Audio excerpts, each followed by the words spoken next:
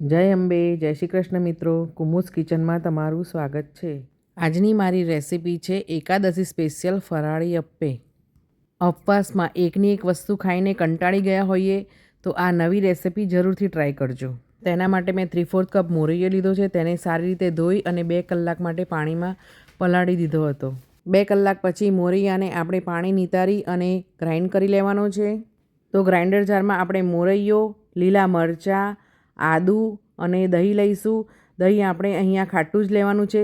ખાટા દહીંનો ટેસ્ટ આ રેસીપીમાં ખૂબ જ સરસ આવે છે, તો દહીં ખાટું જ લેવું. હવે ગ્રાઇન્ડ કરેલા બેટરને આપણે એક બાઉલમાં કાઢી લઈશું અને પછી એને સારી રીતે મિક્સ કરી લઈશું. બેટરની કન્સિસ્ટન્સી થોડી થીક જ રાખવાની છે.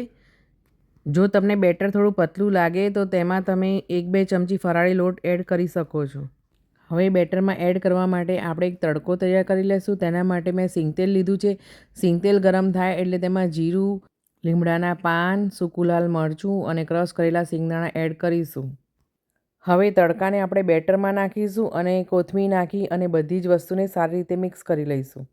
બેટરમાં સ્વાદ પ્રમાણે મીઠું, શુગર અને મરી પાવડર એડ કરી સારી રીતે મિક્સ કરીશું અને બેટરને 10થી 15 મિનિટ માટે સાઈડ પર રેસ્ટ માટે મૂકી દઈશું. અપ્પે પેનને આપણે ગેસ ઉપર મૂકી અને તેલથી એને ગ્રીસ કરી લઈશું અને થોડું ગરમ થવા દઈશું. અપ્પે પેન જ્યાં સુધી ગેસ પર ગરમ થાય છે એ દરમિયાન આપણે બેટરમાં બેકિંગ સોડા અને લીંબુનો રસ એડ કરીશું. સોડા અને લીંબુનો રસ એડ કર્યા પછી બેટરને આપણે એક જ ડાયરેક્શનમાં સારી રીતે મિક્સ કરી લઈશું, જેથી આપણું બેટર એકદમ ફ્લફી થઈ જાય. સારી રીતે મિક્સ કર્યા પછી આપણું બેટર એકદમ ફ્લફી થઈ ગયું છે. હવે અપ્પે પેન પણ ગરમ થઈ ગયું છે. હવે એમાં થોડા થોડા તલ એડ કરીશું અને આપણે તૈયાર કરેલું બેટર અપ્પે પેનમાં એડ કરીશું. અપ્પે પેનમાં બેટર એડ કર્યા પછી આપણે એને ઢાંકીને 5થી 8 મિનિટ માટે લો ટુ મીડિયમ હીટ ઉપર એને કૂક થવા દઈશું. 5થી 8 મિનિટ પછી આપણે જોઈશું તો આપણા અપ્પે ઉપરથી એકદમ ડ્રાય થઈ ગયા છે. તો એના ઉપર થોડું થોડું ઓઇલ લગાવી અને આપણે પાછી એને 2 મિનિટ માટે ફરીથી કૂક કરીશું. હવે આપણે અપ્પે ચેક કરી લઈશું કે નીચેથી સારી રીતે કૂક થઈ ગયા છે. તો આપણા અપ્પે બધા સારી રીતે નીચેથી કૂક થઈ ગયા છે. હવે આપણે એને ટર્ન કરી અને ઉપર ઢાંકણ ઢાંક્યા વગર જ 2થી 5 મિનિટ સુધી એને કૂક થવા દઈશું. 2થી 5 મિનિટ પછી આપણે ચેક કરી લઈશું કે આપણા અપ્પે બંને સાઈડથી સારી રીતે કૂક થઈ ગયા છે. હવે આપણે વધેલા બેટરમાંથી બીજી બેચ આ રીતે જ તૈયાર કરી લઈશું. બધા જ અપ્પે બંને સાઈડ સારી રીતે કૂક થઈ ગયા છે.